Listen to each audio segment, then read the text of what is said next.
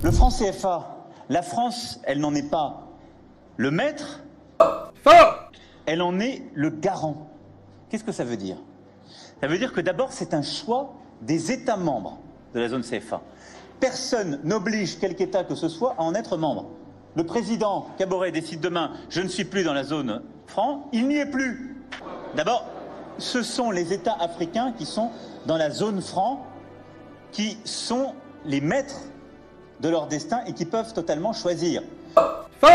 Donc n'ayez pas ce discours de revendication, là aussi, qui a des accents post-coloniaux qui ne sont pas ceux de votre génération, en expliquant qu'on aurait mis un joug sur quoi que ce soit. Il n'y a pas de joug, il n'y a pas un Français qui utilise l'or du Burkina Faso, si vous voulez. Arrêtez.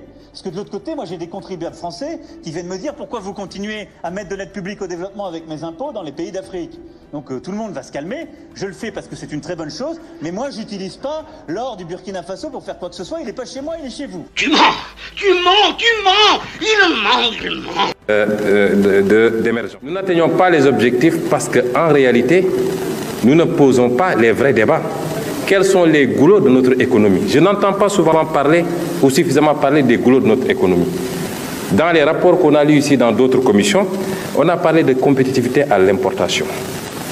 Très bien, et ça justifie notre balance commerciale, aussi bien des paiements que la balance commerciale totalement déficitaire.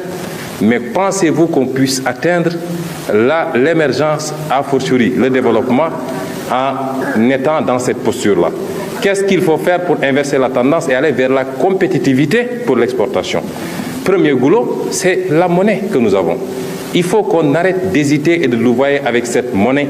Le franc CFA est une monnaie coloniale qu'on nous avait laissée pour sécuriser les entreprises françaises contre les risques de change, mais pour pouvoir également capter une partie de nos réserves. Mais c'est une monnaie surévaluée qui ne nous permettra jamais d'être compétitifs à l'export. Vous ne pourrez jamais avoir des entreprises, des industries compétitives à l'export avec le franc CFA. Cette monnaie, il est impératif qu'on sorte de cette monnaie et qu'on passe à quelque chose de plus solide. Nous avons un problème de protection sérieuse de notre économie. Et on est très inquiet quand on entend les APE. Comment pouvez-vous comprendre, dans un contexte où on parle de ZLECAf et d'autres instruments, que le président Macky Sall signe des APE et nous vante ces APE-là? Comment pensez-vous que notre industrie, qui n'existe même pas, ou notre agriculture, puisse compétir avec celle de l'Union européenne, alors que l'Europe elle-même refuse encore de signer le même accord avec les États-Unis, considérant qu'elle ne l'est pas favorable?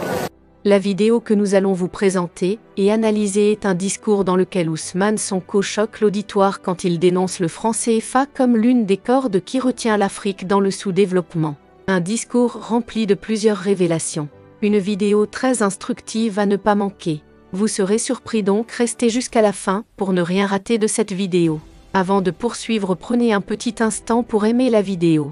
De ce fait, la vidéo sera proposée à plusieurs autres personnes. Tous ensemble pour l'éveil de la jeunesse africaine. Abonnez-vous aussi pour soutenir cette petite chaîne YouTube. Merci de l'avoir fait. Répondez à cette question. Selon vous, est-ce ce que Ousmane Sonko peut aider le continent africain? Nous serons heureux de vous lire dans l'espace commentaire. Partagez la vidéo à vos proches, dans vos groupes WhatsApp, Facebook et autres pour que ces vérités soient connues du grand public. Le discours de Ousmane Sonko sur les inconvénients du franc CFA aux Africains est un plaidoyer passionné et réfléchi qui aborde plusieurs points cruciaux concernant l'économie africaine, la gouvernance et les défis auxquels l'Afrique fait face. En analysant chaque aspect de son discours, nous pouvons approfondir notre compréhension des problèmes économiques et politiques auxquels sont confrontés de nombreux pays africains aujourd'hui. Et cet accord posera un problème par rapport à l'intégration. C'est déjà le cas avec les 4 zones que ça a créées. J'ai une fois entendu le président Moustapha Niasse, lors d'un séminaire de la CEDEAO aussi, dire que c'est le combat de la biche et du lion. Mais il conclut en disant que mais c'est jouable. Depuis quand la biche gagne un combat face au lion, M. Moustapha Niasse? Et la question des ressources naturelles, la gestion optimale de nos ressources naturelles, c'est extrêmement important. Et je tiens à le dire ici, et de dire à M. Macron, qui dit qu'il y a un sentiment anti-français. Il n'y a pas un sentiment anti-français, il y a un sentiment pro-africain. Les Africains ont désormais compris, et ça ne peut pas continuer. Nous n'avons rien contre la France ou les États-Unis, mais nous avons des intérêts à gérer. Et on parle de l'immigration, par exemple. Pourquoi on parle de l'immigration dans le contexte actuel? Mais les populations ne suivent que le même chemin que les ressources.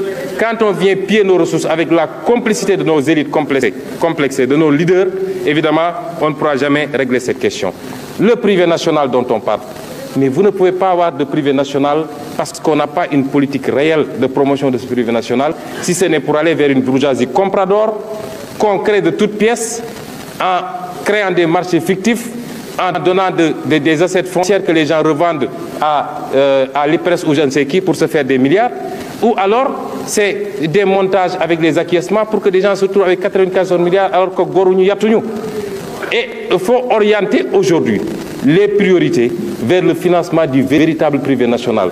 Ce n'est pas à l'État de créer les entreprises et les industries, mais toutes les industries ont été appuyées par leurs États jusqu'à être fortes pour les lancer dans la compétition mondiale. Et aujourd'hui, on nous dit ouvrez vos frontières et laissez tout passer. Donc, Monsieur le ministre, je terminerai par une question.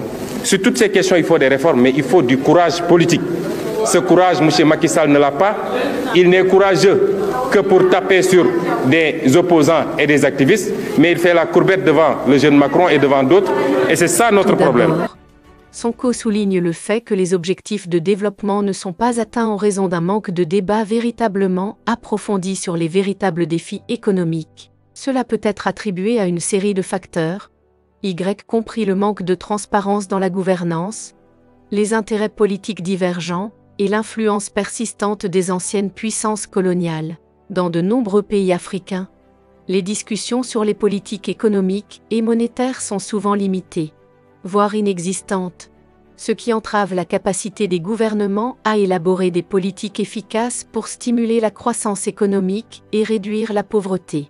En outre, Sonko critique le manque de discussion sur les goulets d'étranglement de l'économie africaine, en particulier en ce qui concerne la compétitivité à l'importation et à l'exportation.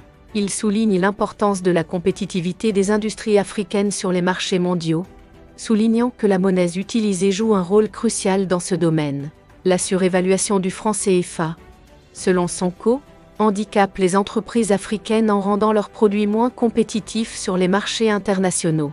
Cette situation est exacerbée par le fait que de nombreux pays africains ont du mal à diversifier leurs économies et à sortir de la dépendance aux matières premières, ce qui rend difficile pour eux de rivaliser avec d'autres pays sur le plan commercial.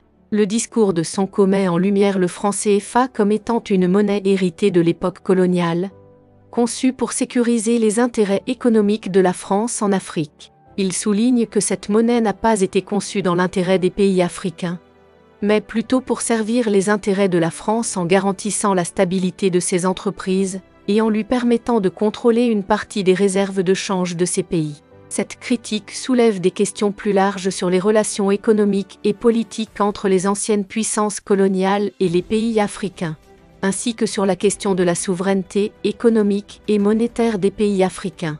Sonko va même plus loin en affirmant que le franc CFA empêche les pays africains d'atteindre leur plein potentiel économique et les maintient dans un état de dépendance économique vis-à-vis de la France. Il soutient que la sortie de la zone franc CFA est nécessaire pour permettre aux pays africains de prendre le contrôle de leur destin économique et de promouvoir le développement durable. Cette position reflète les préoccupations de nombreux militants africains et économistes qui plaident en faveur d'une réforme radicale du système monétaire en Afrique. En outre, Sonko critique les accords de partenariat, AP, signés par certains dirigeants africains, affirmant qu'ils ne servent pas les intérêts des populations africaines. Il souligne que ces accords sont souvent déséquilibrés et favorisent les intérêts des partenaires étrangers au détriment du développement économique et social des pays africains. Cette critique met en lumière les défis auxquels sont confrontés de nombreux pays africains dans leurs relations économiques avec d'autres pays et blocs régionaux, ainsi que la nécessité d'une approche plus équilibrée et inclusive de la coopération économique. Sonko soulève également la question de la gestion des ressources naturelles en Afrique, affirmant qu'elle est souvent déficiente et ne profite pas aux populations locales. Il critique les élites politiques et économiques pour leur complicité dans l'exploitation des ressources naturelles du continent au détriment du bien-être des populations locales. Cette critique met en lumière les défis de la gouvernance et de la gestion des ressources naturelles en Afrique, ainsi que la nécessité d'une meilleure gestion et d'une utilisation plus équitable de ces ressources pour promouvoir le développement économique et social. Sonko appelle à des réformes économiques et politiques audacieuses pour relever les défis auxquels sont confrontés les pays africains. Il critique les dirigeants africains pour leur manque de volonté politique dans la défense des intérêts nationaux et continentaux, appelant à un leadership plus courageux et visionnaire pour conduire le continent vers un avenir meilleur. Cette critique souligne les défis de la gouvernance et de la démocratie en Afrique, ainsi que la nécessité d'un leadership plus responsable et engagé pour promouvoir le développement économique et social. En résumé, le discours de Ousmane Sonko sur les inconvénients du franc CFA aux Africains est un appel à l'action et à la réflexion sur les défis économiques et politiques auxquels sont confrontés de nombreux pays africains aujourd'hui. Il met en lumière les inégalités économiques, les injustices et les déséquilibres qui persistent dans les relations économiques entre l'Afrique et le reste du monde, ainsi que la nécessité d'une réforme radicale pour promouvoir le développement économique et social en Afrique.